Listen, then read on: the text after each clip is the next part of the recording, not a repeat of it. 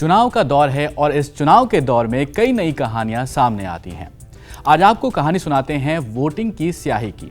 आप जब वोट देकर आते हैं तो आपके नाखून और स्किन के कुछ पार्ट में एक स्याही लगा दी जाती है, जिसे दिखाकर आप अक्सर सेल्फी खींचते हैं और आपको देश के नागरिक होने पर गर्व महसूस होता है।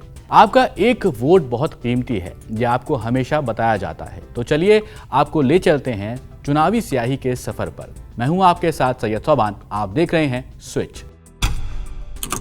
भारत आज़ाद हुआ, इसके बाद पहले चुनाव साल 1951-52 में कराए गए, लेकिन तब तक स्याही वाला कॉन्सेप्ट देश में नहीं आया था। इसके कई सालों पहले यानी 1937 में एक कंपनी की स्थापना हुई थी जिसका नाम था Mysore paint and varnish limited. इस कंपनी को शायद इस वक्त तक नहीं पता था कि इसके पास देश के चुनावों से जुड़ी एक बड़ी जिम्मेदारी आने वाली है। इस वक्त इस कंपनी की शुरुआत करने वाले शख्स का नाम था महाराज नलवाड़ी कृष्णाराजा वडियार। फिर कई साल बीतते गए और साल आया 1962, जब पहली बार ये सोचा गया कि चुनाव के दौरान वोट सुरक्षित रहें, इसके लिए कुछ किया जाना चाहिए। किसी के नाम पर कोई और वोट ना डाल दे, या फिर जिस शख्स ने एक बार वोट डाल दिया है वो दोबारा वोट ना डाले। तो 1962 के चुनावों में पहली बार इस पर्पल कलर की स्याही का इस्तेमाल किया गया।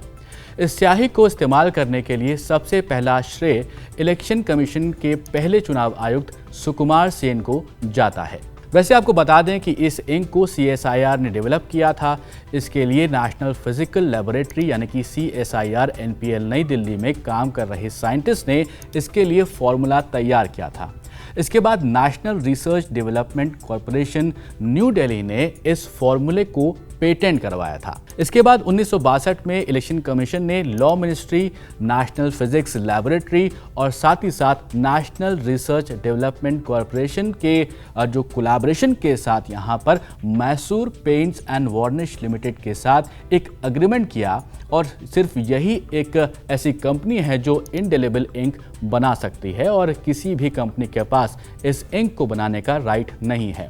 वैसे Mysore paints and varnish limited बाकी पेंट्स भी बनाती है, उससे वोटिंग इंक का कोई भी कनेक्शन नहीं है। हालांकि और भी देशों में Mysore paints and varnish limited इस इंक को भेजती है, जिसमें कि थाईलैंड, सिंगापुर, मलेशिया और कंबोडिया जैसे देश शामिल हैं। यहाँ आपको बता दें कि ये 10 ml की बोतल्स में ये इंक आती है, जो लगभग 700 वोटर्स की उंगलियों पर लगाई जा सकती है। अब आपके मन में ये भी सवाल होगा कि ये इंक इतनी आसानी से क्यों नहीं मिटती है।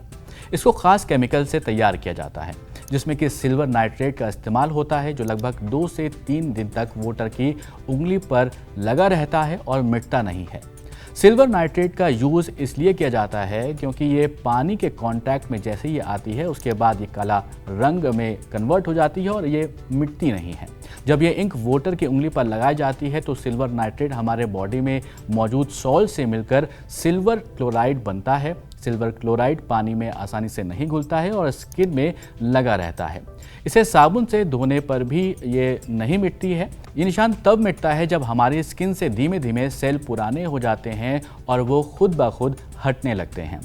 जब वोटर के ऊपर ये इंक लगाई जाती है, यानी उसकी उंगली पर जब ये इंक लगाई जाती है तो मात्र 40 सेकंड में सूख जाती है। इसका रिएक्शन इतनी तेज़ होता है कि ये फ़ौरन ही वोटर की उंगली पर एक निशान छोड़ देती है। तो ये थी कहानी वोटिंग की स्याही की। आपको कैसी लगी ये कहानी ज़रूर कमेंट बॉक्स में हमें बताइएगा और ऐसे ही वीडियोस देखने के लिए कीप वॉचिंग स्विच।